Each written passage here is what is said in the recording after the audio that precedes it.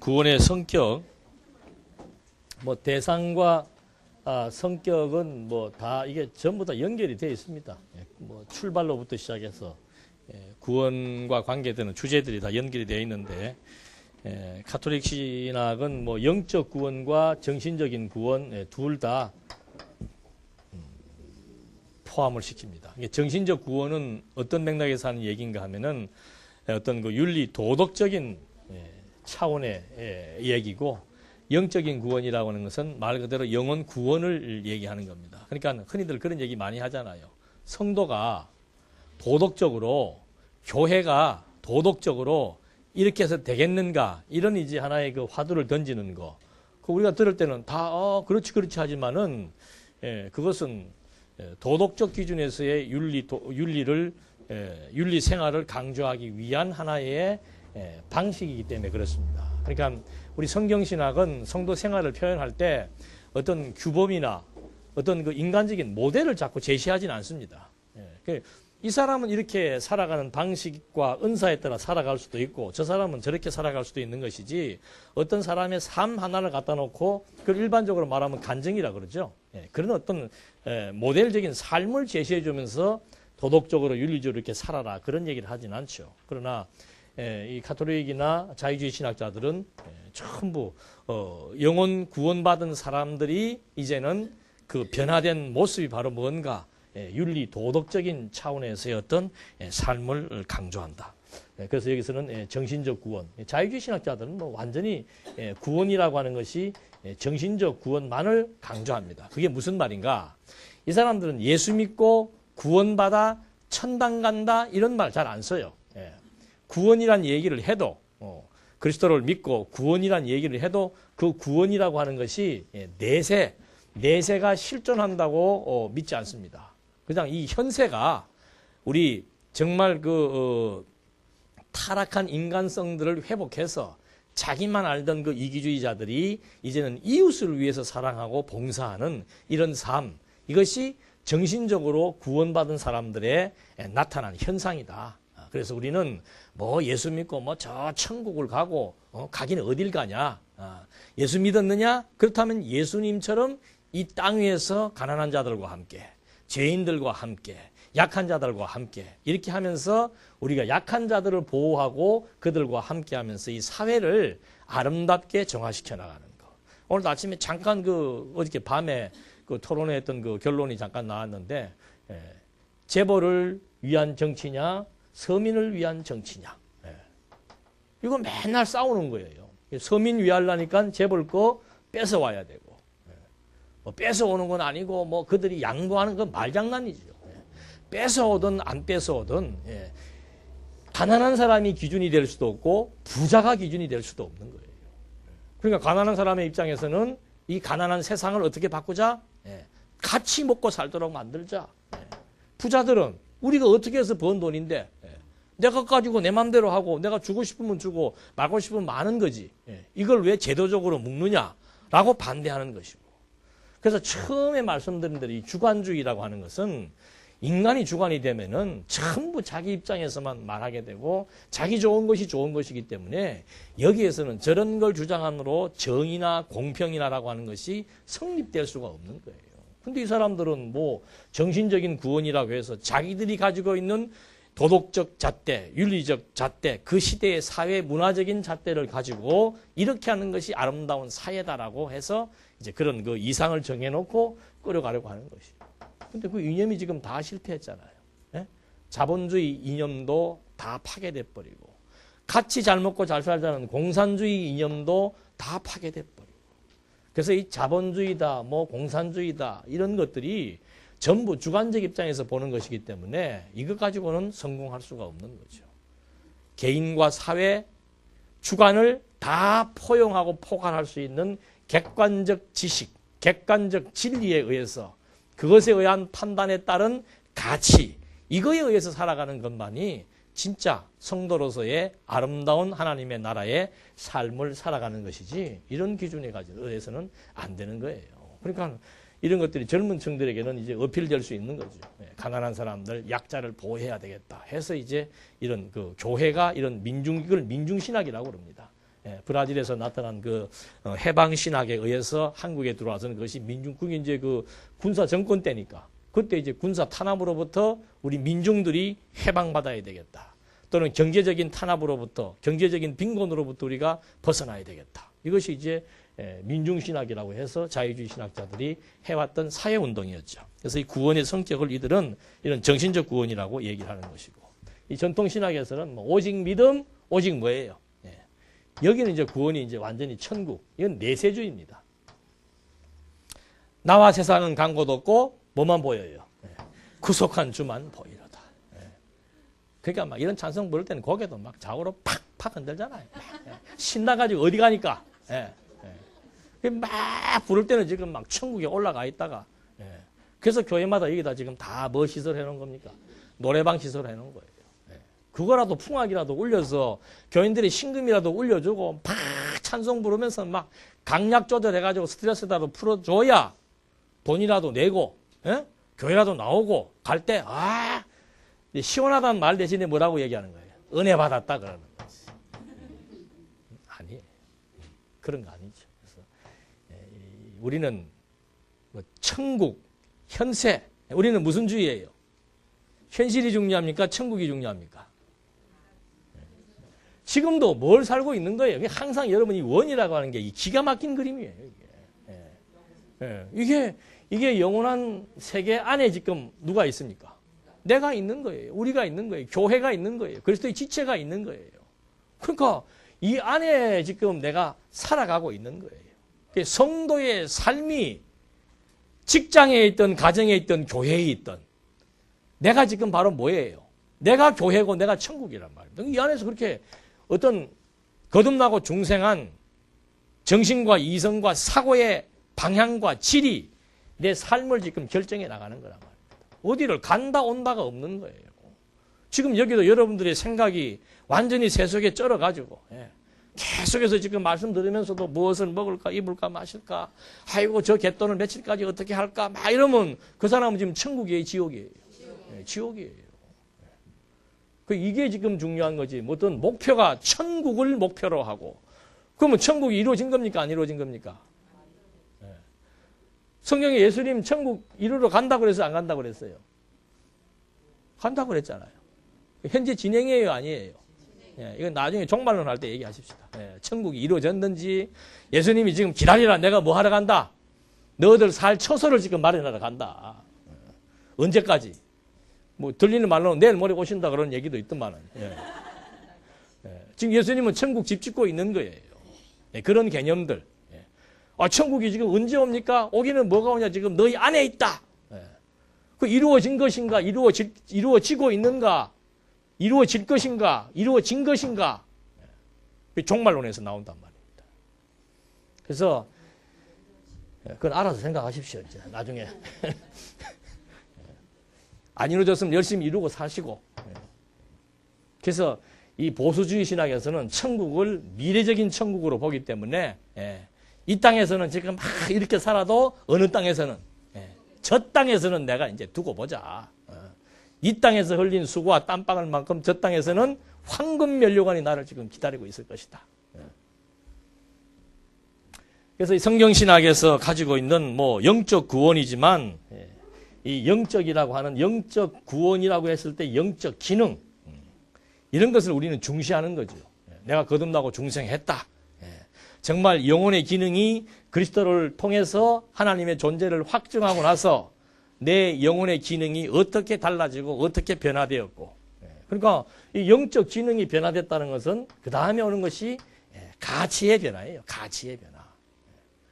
하나님이 어떤 분이신 줄 알고 내 살아야 되는 이유와 목적이 무엇인 줄 알게 되면은 그것에 따른 가치 발견이 나오는 거죠. 가치가 부여돼야 우리도 그렇잖아요. 이것은 좋은 일이다. 이것은 귀한 일이다. 이건 내가 좋아하는 것이다라고 했을 때 뭐가 되는 거예요? 투자가 되는 거라 그 말입니다. 그래서 이게 가치의 변화예요. 가치의 변화. 영적 구원이라고 하는 것이 어느 시점에 와서 이루어지는 것이 아니고 창세 전부터 하나님의 뜻을 따라 그리스도의 생명의 씨에 의해서 존재했던 자들로 하여금 그것이 하나님의 은혜라고 하는 사실을 깨닫고 이제는 죽은 영혼이 하나님의 영광을 바라볼 수 있는 거듭나고 중생한 산 영적인 기능. 이걸 우리는 이제 구원이라고 얘기를 하는 거죠. 그래서 육신으로 말미암아 아담으로 말미암아 완전히 죽어버린 영혼이 그리스도의 씨로 말미암아 생명의 기운을 얻어서 이 모든 피조 세계를 통해서 드러난 하나님의 영광을 보게 되니까 피조 세계에서 가장 아름답고 가장 가치다운 것이 하나님의 영광을 추구하며 사는 것이다. 자연적 규결이잖아요. 그렇게 해서 이제 그쪽 방향 전환이죠. 그걸 우리는 회개라고 얘기를 하는 겁니다. 회심이라고 얘기하는 거예요. 완전 방향 전환. 세속으로부터의 초월적 가치를 추구해 나가는 삶. 이것이 우리의 영적 투쟁의 모습이다. 그 말이죠. 죽을 때까지 싸우는 거예요. 싸우려면 싸우는 것이 뭔가? 그게 영적 기능이 싸우는 거죠. 영적 기능이 자라나서 무장해서 싸우려면 영적 기능을 강화시킬 수 있는 비타민. 그게 뭐예요? 한약으로 말하면 보약 아니에요. 구약과 신약. 그거 아니고서는 뭐 영적 기능을 무장시키고 건강하게 만들 수 있는 방법이 없지요. 그래서 영적인 구원이란 말의 의미 속에도 우리 전통신학과 그 다음에 자유주의 신학 그리고 성경신학은 아주 확실하게 다른 것을 말하고 있다. 그래서 그대로 연결됩니다. 방금 말씀드린 대로 구원의 목적이 뭔가? 개인의 영혼이 구원받아서 천국을 가게 되니까 인간이 뭐해질 것이다? 행복해질 것이다. 그러니까 전부 인간의 구원으로부터 출발한 구원론은 결국은 예수를 믿고 구원받게 되니까 누가 행복하다? 구원받은 내가 행복하다. 그래서 그냥 행복 자체, 인간의 행복 추구 자체가 목적이 돼버리는 거예요. 가톨릭에서 주로 많이 다루는 것이고. 그 다음에 자유주의 신학은 인간성, 타락한 인간성, 이기적인 인간성, 그런 인간성들을 이제 탈바꿈 시키자는 거죠. 그래서 이들은 내세를 추구하는 것이 아니고 현세지향적입니다. 이 땅에서 우리가 살면서 아이고 예수 믿고 뭐 교회 안에서만 신앙생활 잘하면 뭐하냐, 밖에서는 어떻다. 우리 그런 얘기 많이 하잖아요. 그 말 맞아요, 틀려요? 그런데 잘못하면 이런 사람들이 이론에 넘어간다니까요. 이 사람들은 그런 식으로 접근을 해서 자꾸 우리의 어떤 그 생활면을 강조하고 도덕적 윤리적 면을 강조하는 거. 여기에서 예수 그리스도를 얘기하지만 우리가 생각하는 그런 예수 그리스도와 상이 다른 거예요. 여기는 완전히 하나님의 아들로서의 예수를 말하는 게 아니에요. 이 땅에 와서 요셉의 아들로 태어나서 인간적으로 도덕적으로 어떻게 죄인들을 대변하는 사람이 있는가. 요즘으로 말하면 인권 변호사들 아니에요. 예수님이 인권 변호사라. 완전히 죄인들의 친구, 죄인들의 대변하고 세상에서 버림받고 조롱받고 창녀 막 이렇게 조롱받는 그런 사람들을 대변해주고 그 사람들하고 같이 다니고 유대인들은요 이방인들하고 같이 밥도 안 먹습니다. 과거에 지금도 그렇잖아요. 미국에 가면 흑인들, 백인들 서로 막 인종차별 하잖아요. 식당에서 백인이 식사하고 있다 흑인이 들어오면 탁 던지고 나간다 그러잖아요. 유대인과 이방인은 그거보다 더한 거예요. 근데 어떻게 유대인인 예수 그리스도가 이방인들 그것도 막 사회적으로 지탄받았던 창기들 막 그냥 막 세금 포탈자들 좋지 않은 사람들하고 앉아서 식사를 하고 대화를 하고 그 사람들에게 감동을 주고 상식적으로 어긋날 수 있는 얘기죠. 그걸 우리가 뭐 하자? 본받자 이 말입니다. 자유주의 신학자들은. 그래서 그 사람들은 그냥 막 옷 벗고 막 그냥 막 밥 퍼가지고 날라주는 거. 그게 구원이에요. 밥 퍼서 가난한 사람들에게 날라주고. 그러니까 가난한 사람들을 도와주지 말자 그 말을 하는 게 아니에요. 이 사람들의 구원의 목적은 뭔가? 가난한 사람 도우는 것 자체가 구원의 목적이다 이거죠. 여기는 구원, 천국 가는 것이 목적이고 그래서 내가 행복하다는 게 목적이고 그러나 우리는 구원의 목적은 뭔가? 선포된 하나님의 영광을 바라보고 깨닫게 되니까 그 영광을 뭐 하는 거예요? 찬양이에요. 이게 하나님 찬양이에요. 하나님 찬양. 여기는 인간을 위한 삶을 가르치는 거고 여기는 하나님의 영광을 찬양하는 것이고 그럼 하나님의 영광 찬양하면은 인간관계는 어떻다? 필요 없는가? 로마서에 다 나와요. 약한 자를 위해서 어떻게 할 것, 신앙이 어린 자를 위해서 어떻게 할 것, 그게 다 면밀하게 나와요. 그러니까 하나님만 알면은 이 지체의식에 의해서 약한 지체 돌아보고 싶은 마음이 생긴다니까. 측은한 마음이 생기고, 아니 우리가 뭐 손주들이나 애기들 보면은 막 넘어질까봐 노심초사하는 것처럼 영적인 관계도 마찬가지란 말입니다. 어떤 인생적인 경륜의 나이가 중요한 게 아니고 그 사람의 영적 수준이 어떤지를 파악을 해서 정말 이렇게 보드랍게 포실하게 잘 따사롭게 해서 자꾸 그 영혼을 어떻게 해요?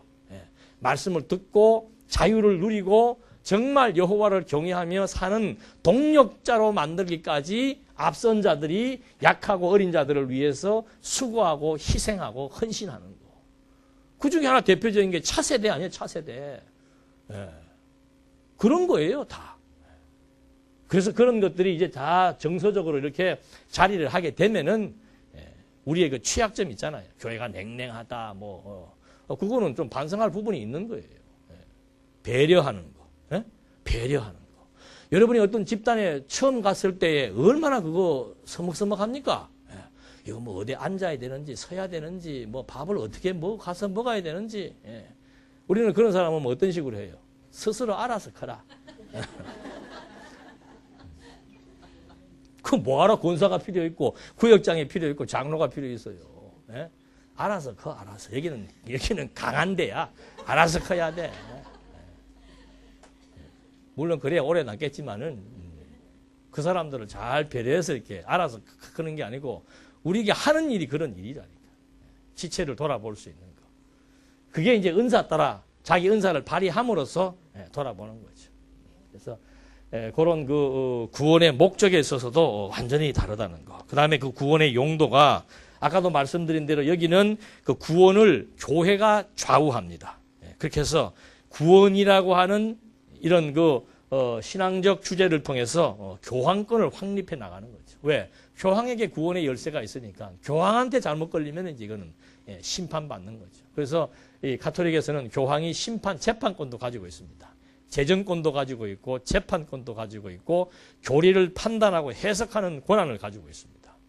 그러니까 성경 자체를 객관적으로 해석해서 누구나가 보더라도 이것이다라고 결론을 내려야 되는데 교황 혼자서 딱 보고 최종적인 심판을 자기가 내리는 거예요. 거기에 대해서는 거부권을 행사할 수가 없습니다. 왜? 교황은 신의 대리자이기 때문에. 그리고 교황에게 성령이 제일 많이 역사하기 때문에. 얼마나 유치한 얘기예요. 근데 그걸 그대로 그 교리를 믿고 따르는 거예요. 그래서 결국은 자꾸 교황권을 강화시켜 나가서 신앙을 완전히 교권의 수단으로 삼는 겁니다. 성도가 내 교권을 확립해 나가는 하나의 수단과 도구화가 돼버리는 거죠. 그게 노예예요, 노예. 종교적인 노예란 말입니다. 말 안 들으면 어떻게 해요? 말 안 들으면 그 두려움을 갖게 하는 거예요. 교리를 통해서 두려움을 갖게 하는 거죠. 그걸 지금 개신교가 똑같이 따라하는 거 아니에요. 기름 부음 받은 종이니까. 건드리면 된다, 안 된다. 이런 것들이 중세 4세기 때부터 고착된 잘못된 교리에 의해서 신학 자체가 이제 완전히 변질돼 버린 거죠. 여러분 그 은사의 평등성 뭐 일반 신학자들도 얘기는 해요. 근데 실제에서는 안 그런다니까. 실제에서는. 그래도 누가 조금 더 가까운 것 같아. 기도빨이. 그래도 조금 그 사람 나쁘게 만드는 거예요. 사람 나쁘게. 또 그런다고 해서 또 뭐 니나 내나 똑같은데 하면서 막 그렇게 서로 예는 갖춰줘야죠. 그래도 맹세기 선생인데. 물론 나보다 나이 많은 어르신이 야 이렇게 할 수는 있지만 예는 갖춰줘. 서로들 예는 갖춰줘야지. 그게 너무 우리가 막 극단적으로 가면 안 된다 이 말입니다. 대우받자는 얘기가 아니에요. 저 지난주에 국수 타서 먹는 거 봤잖아요. 신나 강의하고 와가지고 국수 타서 재밌더라니까요. 그거 재밌잖아요. 같이 어울려서 밥 먹고 얘기하고 해필이면 나 타 먹을 때 국수가 떨어져가지고 한 10분 기다리고 서 있고. 그거 다른 교회에서 볼 수 있는 광경입니까? 저는 그걸 여러분들이 나를 뭐 푸대접한다 그런 생각은 안 들어요. 또 이렇게 따라 해줄 수도 있고 또 어떻게 먹을 수도 있고 자유로운 거예요. 이럴 수도 있고 저럴 수도 있고. 그래서 이런 의식과 교권 이게 막 2000년 동안 거의 막 1700~1800년 동안 이게 막 고착화 되어 있는 거 벗어난다는 거 그 쉽지 않죠. 그래서 우리가 자꾸 이렇게 개혁 얘기를 하는 거예요.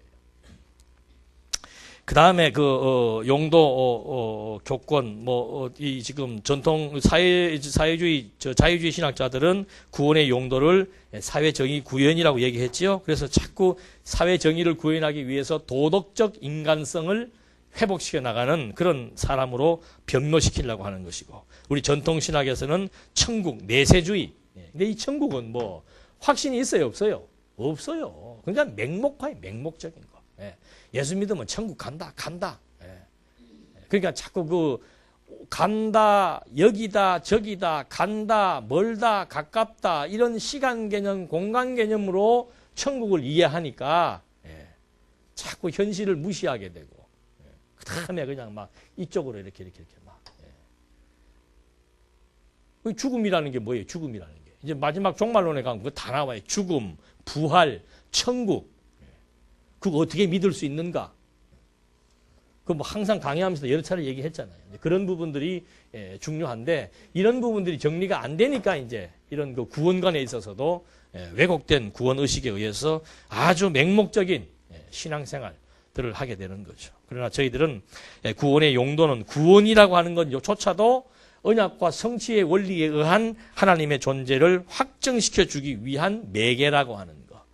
그 이상 이하도 없습니다. 그렇게 해서 우리는 신앙이라고 하는 것이 맹목적인 것도 아니고 도덕적인 것도 아니고 교권의 수단도 아니고 뭐예요? 신앙은 곧 하나님에 대한 배움과 직결되는 거죠. 그래서 공부가 없으면은 아무것도 아니에요. 아무것도. 공부라고 하는 것이 우리 삶의 중심에 자리 잡지 않으면은 아무것도 아닌 거예요, 우리는. 예수님도 모여서 딴 거 합니까? 밥 먹고 표적 보여주고 그다음 뭐예요? 공부하고 자고. 뭐 다른 거 없어요. 일상생활에 제일 중요한 부분이 뭔가? 다른 건 다 똑같지만은 성경을 가르친다라고. 얼마나 지금 기가 막힌 시대입니까? 뭐 그냥 스마트폰 가지고도 뭐 공부할 수 있고, 지하철을 타든 뭘 하든 뭐 이제는 뭐 책 아니라도 이거 켜놓고 이어폰 꽂고 있으면 얼마든지 강의 들을 수 있어요. 1시간 강의 듣잖아요. 왔다 갔다 2시간 강의 듣잖아요. 그것 때문에 전화를 바꿔야지. 그런 것 때문에. 예를 들자면은 얼마나 현대 그 도구들이 좋은 게 많습니까? 우리는 막 모든 것이 하나님, 왜 이거 하나님 이게 확장될수록 뭐예요? 이게 확장될수록 우리 그 신존재 증명이라고 하는 것은 하나님에 대해서 확인하면 할수록 어디로 진입하는가? 영원한 개념이 자꾸 확장되는 거예요. 영원한 개념이. 이게 이제 넓어지는 거죠. 안목이 넓어지고 마음이 넓어지고 현세 보는 것에 대한 분명한 가치가 달라져 버리고, 그래야 이제 막 저 멀리 보고 살아갈 수 있는 거고 위에서 아래를 보고 살아갈 수 있는 거죠. 입체적인 삶이 안 되면은 맨날 현실에만 급급하는 거예요. 현실에만. 우리가 어제도 뭐 봤습니다만 요셉의 일생, 야곱의 일생, 그게 현실만 보는 게 아니잖아요. 한 점만 보는 게 아니잖아요. 전체를 총합적으로 아우를 수 있는 그런 안목과 시각을 가지려면은 이 영원한 개념이 자꾸 넓어져야 되는 거지. 그래야 오늘 내가 무슨 일을 겪어도 두려워할 것도 없고 놀랄 것도 없고, 왜? 결국은 이 일을 통해서 하나님을 배워서 알고 그분을 경외하는 이것이 우리에게 있어서 최고의 행복, 즐거움, 평화, 자유 그대로 우리가 흡수해서 실제로 누리며 살아갈 수 있는 이것이 신지식이란 말입니다. 그래서 우리는 신존재 확증, 신앙의 신학화 이런 말들이 어떤 뭘 짜맞추기 위해서 하는 말이 아니고 우리의 삶의 실제예요. 삶의 실제. 그 다음에 이제 특별히 구원의 증거, 여기에 구원과 율법을 놓아두고 그 밑에 구원의 증거를 설명했는데 이게 무슨 말인가? 율법이라고 하는 것을 아주 구원과 결부시켜서 대부분 다 설명을 하고 있습니다. 그게 무슨 말인가?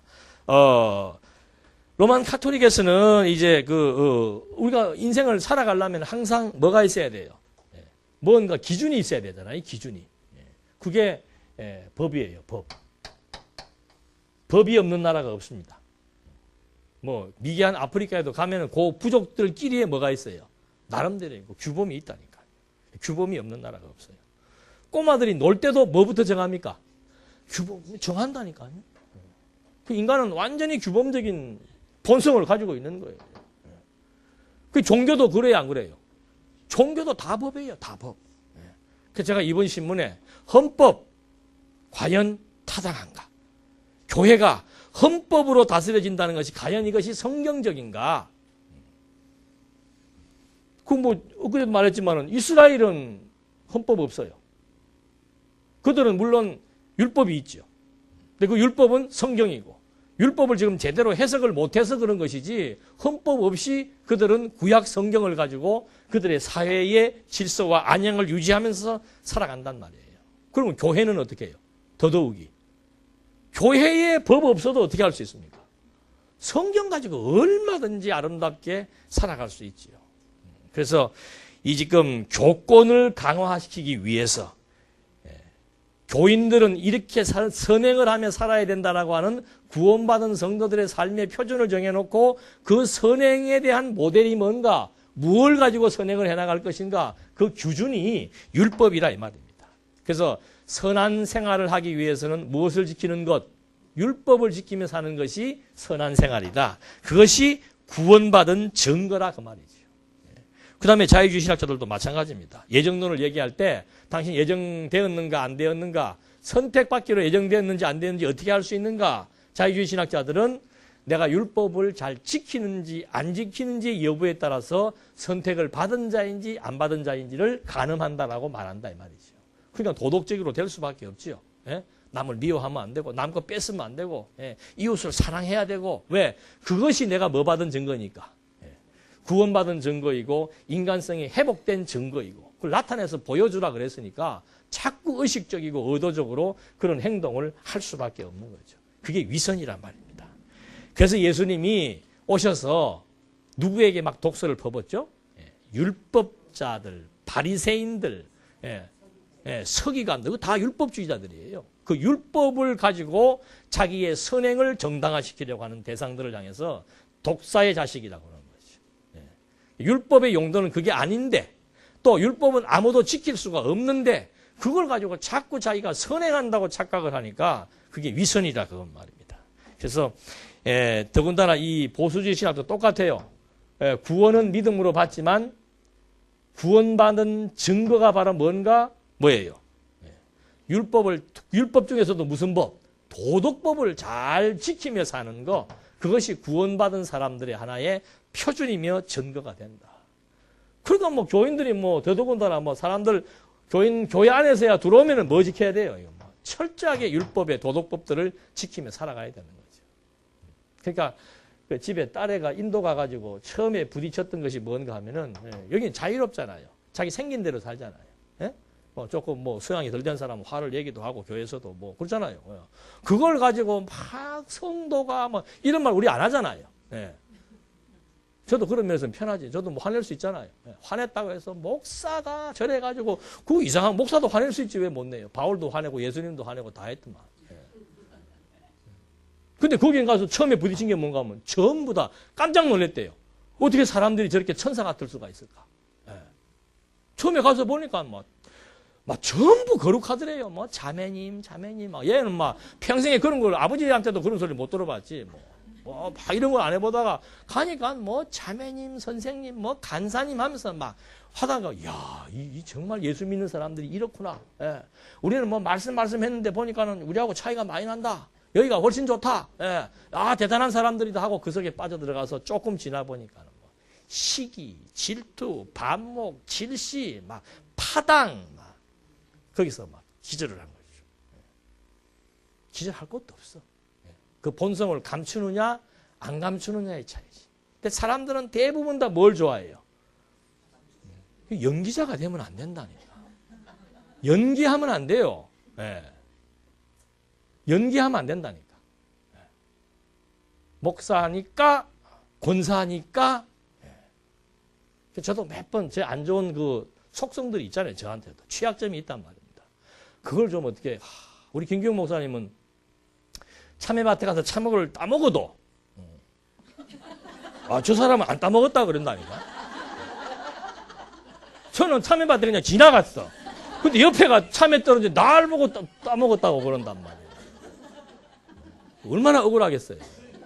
그리고 목회자는 그래서는 안 돼. 따먹어도 안 따먹은 사람처럼 보여야 된다니까. 그래서 좀 그렇게 해야 되겠다. 강의할 때도 항상 톤을 낮추고, 시작할 때는 쭉 보면 시작할 때 별로 안 높아요. 의식될 때는 이제 조용조용하게 해야지. 그러고 이렇게 하다가도 하다 보면 나도 몰라. 그래서 이제 어느 순간에는 생긴 대로 살자. 생긴 대로 살자. 그래서 위선하면 안 된다. 연기하면 안 되고. 자꾸 기존 교회에서는 연기를 시키는 거죠. 뭘 통해서? 규범과 법을 통해서. 그게 외식인 거예요. 얼마나 힘들겠습니까? 얼마나 힘들겠어요. 그래서 목사, 장로의 자녀들이 빗나가는 이유가 뭔가? 아버지가 연기를 잘하니까. 연기하면 안 되는 거죠. 그래서 이런 법이라고 하는 것이 성도의 생활을 규제하고 억압하고 그 법이라고 하는 테두리 속에 끌려 들어가는 노예 생활. 이걸 예수님이 오셔서 뭐 한 거예요? 벗어나게 해준 거 아닙니까? 그러면 이제 우리의 문제는 뭔가? 그러면 우리는 어떻게 살 것인가? 그거 아니에요? 우리 말씀 공부하면서 처음에 좀 몇 년 하고 부딪힌 사람들 첫 번째 질문이 뭐예요? 여기는 보니까 다 알아서 하라고 그러는데 뭘 어떻게 알아서 하냐 이거야. 뭘 어떻게 해. 교회를 나와도 되느냐 안 나와도 괜찮으냐, 술을 끊어야 되느냐 먹어야 되느냐, 주일날 뭐 텔레비를 봐야 되냐 안 봐야 되냐, 뭐 짜장면을 사 먹어야 안 사 먹어야 되냐, 연보를 해야 되냐 안 해야 되냐. 별걸 또 다 지도하는 사람도 있어. 연보하지 말래. 하는 걸 또 뭐 하지 말라고 그래요. 연보란 이런 것이라는 걸 설명해 주면 되지. 연보를 해야 될 것인지 안 해야 될 것인지. 그러니까 저도 목회하면서 딱 있어요. 처음에 오시는 분은 많이 해요. 기존 신앙생활 따라 11조를 한단 말이에요. 저는 알죠. 한 3개월이나 지나면 이제 원원상 복귀 되겠지. 그 다음부터는 이제 살피는 거죠. 누가 얼마나. 아, 여기는 평균치가 얼마구나. 모델을 정할 필요가 없는 거예요. 우리는 아까 말한 대로 가치예요, 가치. 하나님 어떤 분이신지를 깨달아지면은 자연적으로 내가 좋아하는 것을 선호하게 되어 있다니까. 좋아하는 것을 선호하게 되어 있는 거예요. 그렇게 살면 되는 거예요. 그 좋아하는 대상, 우리도 보십시오. 예를 들어서 뭐 요즘 뭐 연예인 누구예요? 뭐 최고로 뜨는 사람이 있다. 그럼 10대들이 내가 선호하는 연예인들의 뭘 따라하는 겁니까? 옷 입는 거, 뭐 그 사람들이 먹는 음식, 취향을 다 따라하는 거예요. 마찬가지예요. 그리스도의 형상을 닮아가는 거라 그 말입니다. 그리스도의 외형적인 형상을 닮아가는 게 아니에요. 내면적인 아까 말한 대로 정신, 이성, 사상, 기독교 사상으로 무장돼 가지고 완전히 사고 기준이 달라져 버리는 거죠. 가치관이 달라지니까 판단 기준도 달라져 버리고, 기독교 정신으로 정신이 딱 무장돼 버리니까 세속적 가치와 영원한 가치가 무엇이 더 좋은 것인지 확실하게 드러나 버리고, 육체의 소욕과 성령의 소욕이 완전하게 달라져 버리고, 그래서 그 점진적인 변화에 의해서 그리스도의 형상을 닮아가게 되는 것이지, 어떤 규범과 법적인 조항을 만들어 놓고 이래야 된다, 저래야 된다, 이래야 된다. 권사는 이래야 되고 주일날 빠지면 안 되고 뭐 하면 안 되고, 그럼 빠져도 됩니까? 또 이 나온다니까. 그래서 거기에 대해서 뭐가 나오는 거예요? 건덕이 나오는 거예요. 우리는 법이 아니고 건덕이 나오는 거지. 건덕. 건덕은 강자만이 할 수 있는 거예요. 강자이기 때문에 억지로 하는 것이 아니고, 아니 할머니가 손주 보면 막 자연스럽게 어떻게 돼요? 막 이거 막 바람 불면 막 자기 옷이라도 품어서 해주고 싶은 거야. 그게 건덕이라니까. 그게 무슨 법에 의해서, 규범에 의해서, 외식에 의해서 내 손주니까 내가 사랑해 줘야지, 그게 아니잖아요. 사랑해지는 것이지. 그래서 우리는 이런 생활에 대한 부분에 대해서 막 고민하고 할 것 없는 거예요. 열심히 영적인 에너지, 비타민만 충족이 되면은 내가 자라게 되고, 내가 자라니까는 약한 자들을 위해서 덕을 세우고 싶은, 그게 그냥 자연스럽게 나타나게 된다는 거죠. 그래서 구원과 율법, 구원의 증거, 이런 것들에 대한 형태들이 이렇게 판이하게 달라진다라고 하는 것. 그래서 여기서 뭐 구원받은 증거가 뭔가, 선택받은 증거가 뭔가, 이런 질문을 해올 때 대부분의 많은 종파에서는 전부 행동을 표준으로 설명을 하는 것이죠. 그러나 우리는 행동이 아니고 뭐예요? 정말 하나님의 존재 확정에 의한 믿음이죠. 만약에 행동에 의해서 구원에 대한 판가름을 삼는다면 예수님의 우편강도 행동한 거 있습니까? 없습니까? 진짜 아무것도 없어. 어쩌면 그런 예를 들었을까? 예? 평생을 살면서 교회 한번 가본 적도 없고 살인자고 강도고 예? 아무것도 보여준 게 없단 말입니다. 그냥 마지막에 뭐 한 거예요? 예. 그것도 참 운 좋은 인간이야. 예. 해필 달려도 예수님 죽는 날에 같이 매달려가지고 오른쪽에 매달려가 왼쪽인지 오른쪽에 한쪽에 매달려가지고는 예? 한 명은 빈정거리잖아요. 한 명은. 그것도 참 묘하지요. 예? 저도 강도 주제에 뭐 비웃을 게 뭐 있어. 저나 죽을 때 죽으면 되지. 그냥 그 마지막 끝까지 악다구리 하느라고 네가 왕이면 네가 한번 내려와 봐라 그러고 별소리를 다 하고 앉아있고 예. 한 명은 보니까 이거 수지 맞은 사람 아니에요. 당신 정말 메시아입니다. 그래 오늘 네가 나하고 같이 어디 가자. 예. 그게 구원이에요. 왜 그랬는가? 이 친구는 왜 그랬는가? 창세전부터 어떻게 됐기 때문에. 여기는 창세전에 이미 예. 하나님이 택해 놓았기 때문에 인간의 행위와 상관없이 뭐예요? 믿음으로만 선택받은 자가 믿음으로만 구원을 얻게 한다 이 말입니다. 그러니까 우리는 구원에 대해서 크게 고민 안 하잖아요. 이건 뭐 따놓은 당상이니까 가기 싫어도 가야 돼. 네. 천국 안 가려고 막 버텨도 막 끌고 들어갈 수밖에 안 갈 수가 없어요. 이거는. 네. 그런 데서 우리가 자유함을 얻는 거예요. 네. 그 결과 이런 것에 의한 결과로 로만 카톨릭에서는 이제 자꾸 죄에 대한 구원을 위해서는 죄를 씻어야 되고 그 죄를 자꾸 반복적으로 저지르니까 죄에 대한 보상을 해야 되고 보상을 하려고 그러니까는 자꾸 내 공로를 쌓아야 되는 거예요. 업적을 쌓아야 되는 거예요. 그래서 열심 내는 겁니다. 예. 그래서 사회운동을 하고 막 대모 역할을 하고 대부 역할을 하고 왜 그러는가? 공로 쌓기 위해서 그러는 거죠. 그 다음에 그 열심도 자유주의 신학자들은 사회를 위한 열심, 로만 카톨릭은 자기 공로를 위한 열심. 사회를 위한 열심이라는 것 자체도 자기 만족을 위한 거예요. 자기 만족을 위한 거. 그 다음에 전통신학에서의 열심은 뭔가? 그리스도께서 날 구원해 주었다 이 말이죠. 피 흘리면서까지. 그래서 그 은혜에 뭐 하자? 예, 보답하자. 예, 그런 의미에서의 열심. 우리는 무슨 열심이에요? 예, 신존재 확증에 의한 은혜에 대한 본질을 깨닫고 여기서 뭐가 나오는 거예요? 뜨거운 열정이 솟아나오는 거죠. 그래서 자연스러운 어떤 현상이에요. 이것이. 예. 깨달아 느끼고 결단에 의한 열정. 이제 이것만 하면 이제 뭐 구원에 대해서는 뭐 다 끝났어요. 다 끝났는데 이제 성령에 대한 사역. 구원을 여기에서 구원에서 성령을 얘기하는 이유가 뭐라고 그랬습니까? 구원에서 성령을 얘기하는 이유가 구원을 적용시키는 게 무슨 사역이니까? 성령의 사역이니까. 그러니까 성령 그러면은 이 전통신학자들은 성령 그러면은 바로 뭐가 따라와요? 구원에 대한 적용이에요. 성령 받아라, 성령 받아라. 왜? 성령을 받아야 뭐에 이르니까? 구원이 이르니까. 그러니까 뭐 성령이 뭐 하기 위해서 필요한 거예요? 인간 구원하기 위해서 성령이 필요한 거예요. 그래서 오순절주의자들은 제일 잘 부르는 찬성이 뭐예요? 성령이 오셨네. 왜? 오셔야 뭐하니까. 근데 이제 신비주의자들은 그 성령이 오시는 방법이 이제 다른 거죠. 어떻게 오는 거예요? 뜨겁게 오기도 하고 바람으로 오기도 하고 막 방언으로 오기도 하고 예언으로 오기도 하고 쓰러지기도 하고. 저도 이 길로 안 돌아왔으면은 지금 아마 큰 훌륭한 목사가 됐을 거예요. 저도 막 기도는 안 그래도 목청이 큰데 기도를 와서 밤에 막 산기도를 하면은 막 원장이 자다가 놀래갖고 나오고 그런다. 그리고 막 사람들 기도하면 막 팍팍팍 쓰러지고 막 그랬어요. 쓰러지고 싶으신 분들은 남으세요. 되면 막 넘어가고 그랬다니까.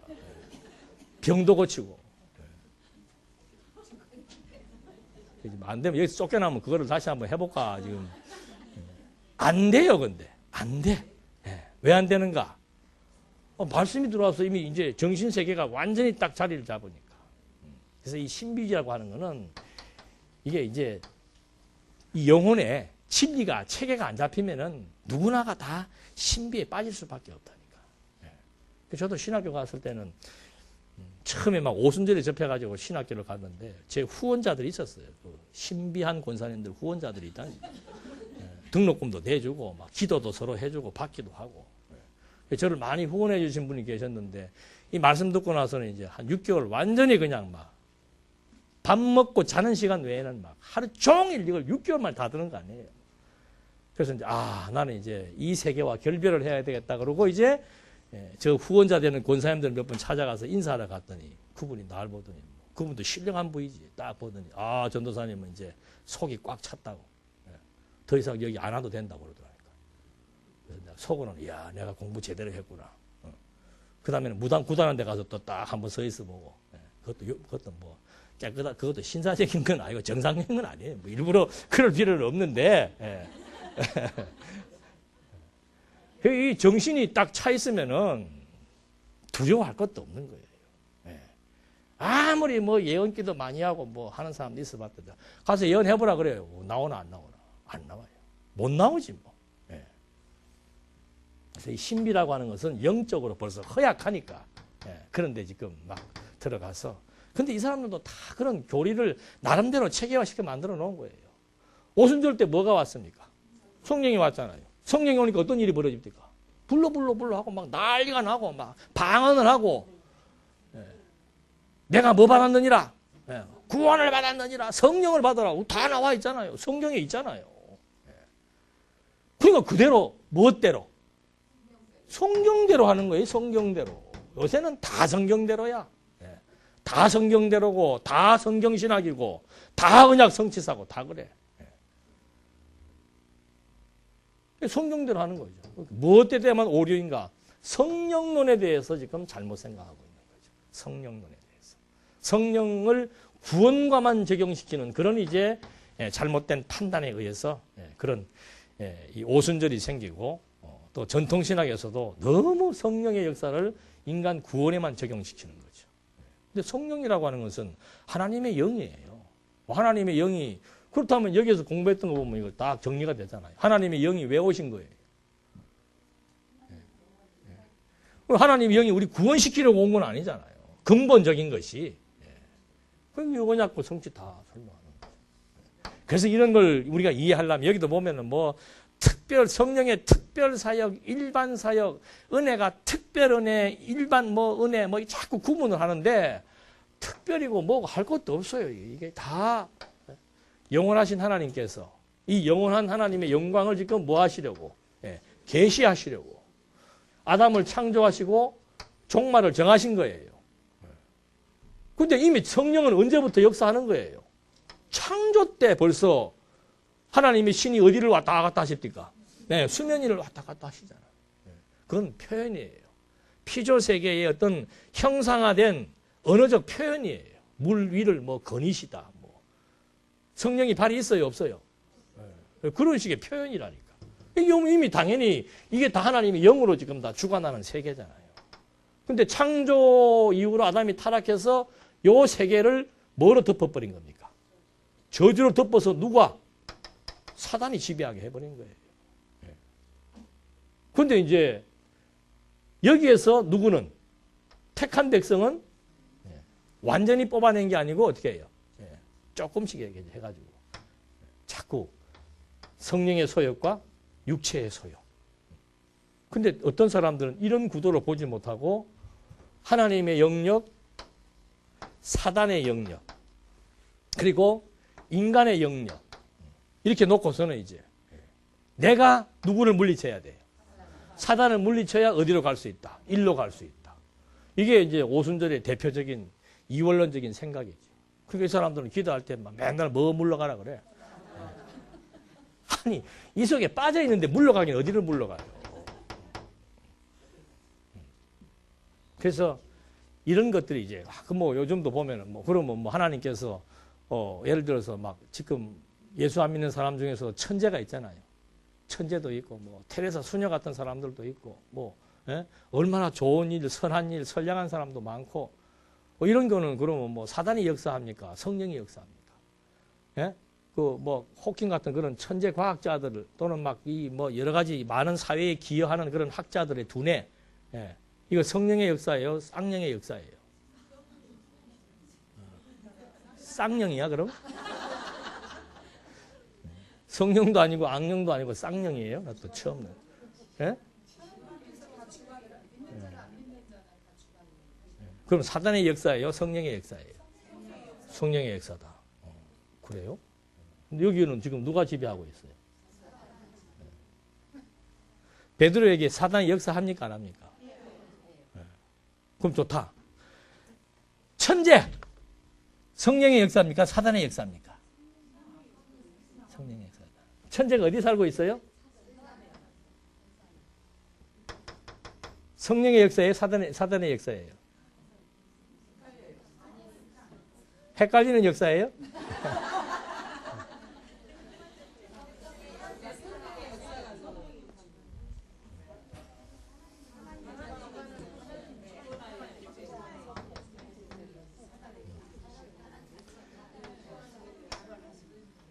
천재!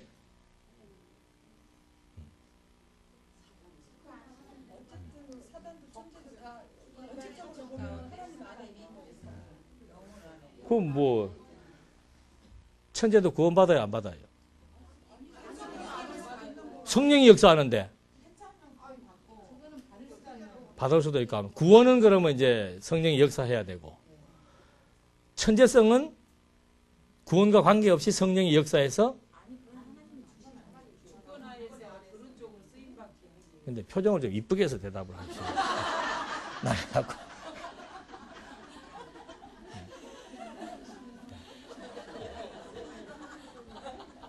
기분 나쁘다 이거지 지금 뭐. 아리송하다 이거죠 지금. 이거지 저건지 막.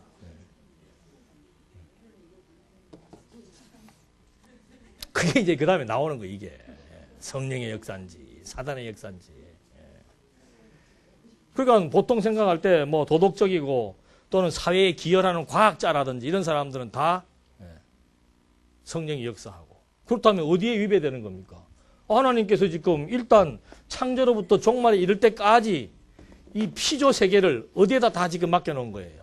사단에다 맡겨놓고 이 피조물도 지금 다 저주로 덮여버렸잖아요.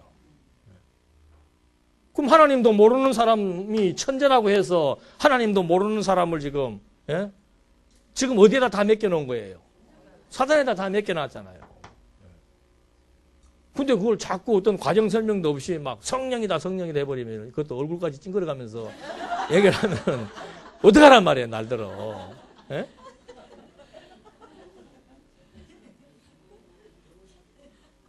그러니까 이제 이런 이론 때문에 여기 조금 진전하게 되면은 예수를 믿지 않아도 어떻게 선하게 살면은 그 사람의 마음도 천국이고 그게 구원이지. 예수 믿고 나쁜 짓 하는 사람보다 예수 안 믿고 뭐 하는 사람이, 사회에 기여하는 사람이 더 어때요? 그래 되면 나 구원 못 받는데 또. 다 하나님 마음은 마음인데. 이게 자꾸 이거 막 나누어 놓고 이제 막 설명을 하기 시작하니까 칼빈도 여기서 이제 벌크업도 엉겨 들어가고 전통신학자들도 엉겨 들어가는 거예요. 그러니까 나쁜 거는 어디다 다 집어넣는가? 나쁜 거는 사단의 역사에 집어넣고, 좋은 거는 선, 악. 근데 천재가 사회에 기여하는 것이 악입니까? 선입니까? 또 나눠지네 이제. 천재가 사회에 기여하는 것이 선이에요? 악이에요? 저 그런 사람 별로 안 좋아합니다. 정확하게 대답을 해야지.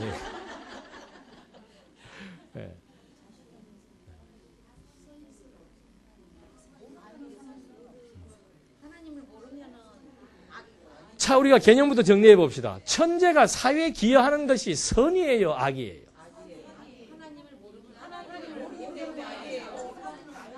웃으시면서 얘기하십시오.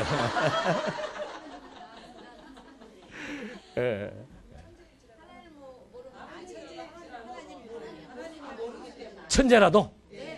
근데 왜 또 자꾸 또 뭐 안 얘기해요? 선이란 것은 하나님이 좋아하는 것을 하는 게 선이고, 예. 악은 하나님이 싫어하십니다. 그렇죠. 근데 천재가 사회에 기여하는 것이 하나님이 좋아요, 싫어요? 아니요, 하나님 모르기 때문에. 하나님 또 몰라요? 아니 그러니까 천재가 사회에 기여하는 것이 하나님 보시기에 좋은 일입니까? 나쁜 일입니까? 좋은 것도 없고 나쁜 것도 없고 그럼 아무것도 아니네? 선도 아니고 악도 아니고. 예. 하나님 아무거 모르는 게 그걸 알아요.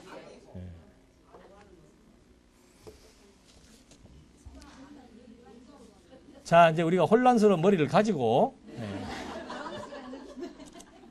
몇 시에 맞춰요?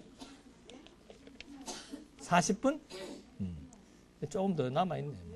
예, 성령의 사역으로의 전환. 이제 그 질문 갖고 계세요. 계속.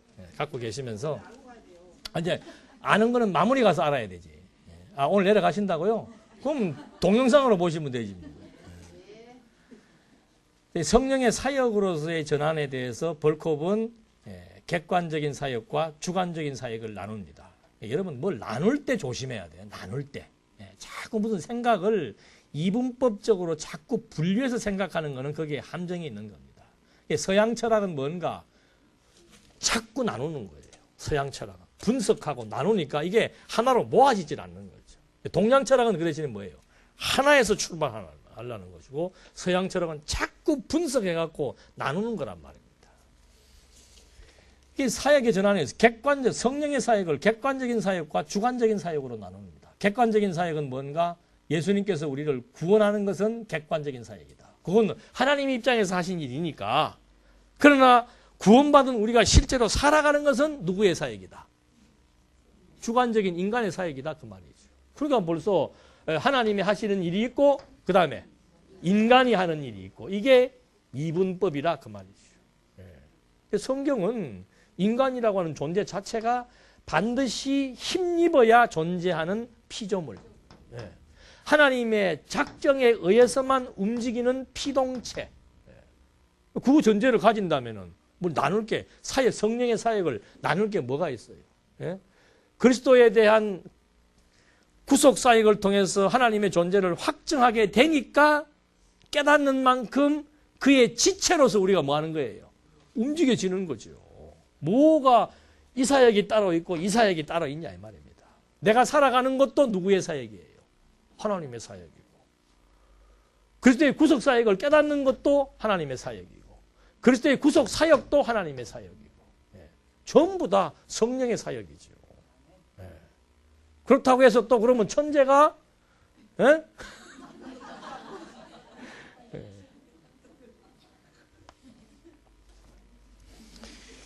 그 다음에 이제 사역의 연속성을 보니까 성부, 성자, 성령 그래갖고 성부는 창조, 성자는 구속, 성령은 성화 그랬는데 창조할 때 성자가 있었어요? 없었어요?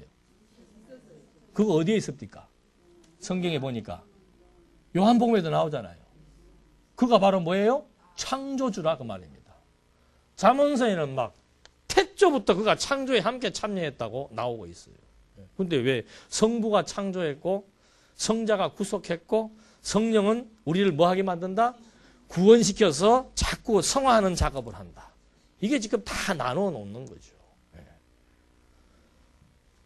그래서 성령의 사역을 자꾸 구속에 대한 적용사역으로에만 한정시키는 것이 전통신학이 가지고 있는 성령관입니다. 그러나 성경신학에서는 이제 성령 그러면은 하나님의 영이지, 하나님의 영. 성령이라는 것이 특별히, 이제 우리가 특별히 성령의 사역을 이렇게 클로즈업해서 설명해야 될 부분은 있습니다. 그건 바로 뭔가? 여기 지금 이게 언약과 성취 그 자체가 지금 벌써 다 하나님의 영에 의해서 지금 다 우리에게 깨달음을 주는 거 아니에요. 근데 이제 특별히 성령의 명칭이 나타나는 것이 뭐예요? 여기? 보혜사. 오순절 날 임했던 보혜사 성령. 그 이제 요 역할에 대한 명시가 되어 있죠. 가르치고 기록하게도 하고 생각나게도 한다. 무엇을? 무엇을? 이제 직접적으로 대입해 보자 말입니다. 요 성령이 온 것이 사도행전이지요. 사도행전 이전에 뭐가 있었어요? 사복음서가 있었죠. 사복음서의 핵심적인 주제가 뭡니까? 주는 그리스도시요 살아계신 하나님의 아들입니다. 그 사실을 성령이 와서 뭐 할 것이다? 가르친다 이 말이에요. 성령이 가르치고 깨닫게 하고 생각나게 한다. 그리고 성령의 감동으로 기록하게 한 거지요. 그 지금은 성령의 감동으로 기록된 하나님의 말씀을 해석하는 일을 지금 다 역사하는 거라 그 말입니다. 그러니까 성령이 와서 우리를 지금 전통신학자들은 성령이 와서 우리를 구원을 적용시킨다고 얘기를 하는데 성경은 지금 뭐라고 얘기하고 있는 거예요? 이 성령이 와서 예수가 그리스도라는 사실을 어떻게 해요? 성령이 그거 보증 역할을 하는 거예요. 그래서 여러분 우리 신약 구조가 사도행전부터는 요한계시록까지 뭐라고 나와 있어요? 네, 성령의 성취. 이제 안 잊어버리겠죠. 요게 왜 그런지 아시겠죠. 그냥 요거는 예수의 성취, 성령의 성취를 정한 게 아니에요. 성경 구도 자체가 예수님이 마지막에서 지금 성령 보내겠다고 마지막에 다 예언해 줍니다. 마지막 단원에서 복음서 각 끝부분에서. 그리고는 진짜 기다리라 이 말이에요. 기다리니까 오순절 날 누가 와요? 성령이 그냥 마가다락방 와가지고 그가 할 일을 요한복음에서 각 복음서에서 다 말해주고 있는 거예요. 그래서 성령이 하는 일은 딱 하나예요. 뭐예요? 주는 그리스도시요 살아계신 하나님의 아들이다. 왜 예수가 그리스도인지를 성령이 가르치고 깨닫게 하고 확증케 하는 일을 성령이 하는 일이라 이 말입니다. 보혜사 성령이. 그런데 왜 구원 적용만 자꾸 얘기하냐 이 말이에요. 이게 벌써 차이가 나는 거죠. 그러니까 구약 성경도 지금 누구에 대해서 말한 거예요? 메시아에 대해서 언약한 거 아니에요. 사복음서는 그 메시아의 언약된 내용을 당신 자신이 직접 성취하신 것이고 사도행전부터 그 계시록까지는 성령이 성취하신 예수가 그리스도라는 사실을 증거하는 거예요. 그러니까 성령의 핵심 사역은 예수가 그리스도라는 사실을 뭐 하는 거예요? 확정케 하는 사역이지 단순히 무슨 막 타락한 인간 구원하는 거 막 적용시키는 믿기 위해서 막 구원에 이르도록 적용시키고 살아가게 하고 물론 그것도 다 포함되어 있지만 근본적인 사역은 여기에 있다라고 합니다. 그래서 제가 아까도 말씀드린 대로 언약과 성취라고 하는 이 원리는 모든 주제를 다 설명해냅니다. 구원도 설명해내고 뭐 성령의 사역도 설명해내고 찬양도 설명해내고 뭐 무슨 주제든지 간에 죄도 설명해내고 율법도 설명해내고 지금 이 사람들은 율법의 용도를 모르잖아요. 모든 신학자들이 율법의 용도가 우리를 지키게 하기 위해 준 건 줄 알지만은 언약 성취사적 성경에서의 율법은 뭐였습니까? 내게 대하여 증거하는 거라 이 말입니다. 율법이 바로 뭔가 예수께서 당신이 그리스도이심을 증거하기 위해서 지켜야 될 메시아가 지킬 언약이라 그 말입니다. 그거 예수님이 율법, 내가 온 것은 율법 폐하러 온 것이 아니다. 율법을 지금 다 성취하기 위해서 왔다. 왜? 내가 그리스도인 것을 증거하기 위해서. 그러니까 율법은 그리스도를 증거하는 것이지. 우리들의 삶을 지배해 나가고 우리의 막 생활을 방책을 만들어 나가는 규범이 아닌 것이 너무도 분명하잖아요. 그래서 여러분이 자꾸 이제 공부를 하시게 되면은 계속해서 이 구도에 의해서 모든 신학적 주제들을 탁탁탁탁 논리적으로 기계를 시켜 나가는 어떤 그런 논리의 힘, 그것에 의해서 떨어지는 결론을 통해서 야, 이 진짜 확실하다라고 하는 확신, 이게 자꾸 이제 학습의 상승 효과를 갖게 한다 이 말이에요. 이제 나머지 시간은 토론하세요. 악령이냐 성령이냐 계속 해서가 한 달 방학 때에 만나가지고 악령과 성령에 대한 해답을 얻도록 하시겠습니다. 기도하시겠습니다. 하나님 아버지, 오늘 참 저희들에게 아름다운 시간 허락해 주시고 항상 우리의 생각이 하나님을 향할 수 있도록 주의 신이 함께 해서 정말 진정한 초월적 가치를 추구하며 살아가기에 부족함이 없도록 아름다운 길로 인도하심을 감사드립니다. 실제적인 시간적인 관점에서의 방학이지만 우리에게 주어진 시간들 늘 어떤 여건과 환경에 있든지 하나님을 배우게 하시고 또 깨달아지는 만큼 여호와의 은혜의 영광을 찬송하면서 아름다운 삶 살아갈 수 있도록 인도해 주시옵소서. 다시 만나는 그 시간까지 우리 하나님의 은혜 가운데서 장중에 붙드셔서 정말 하나님의 사람답게 살아가는 귀한 삶으로 이끌어 주실 것을 확신하오며 예수님의 이름으로 기도드립니다. 아멘.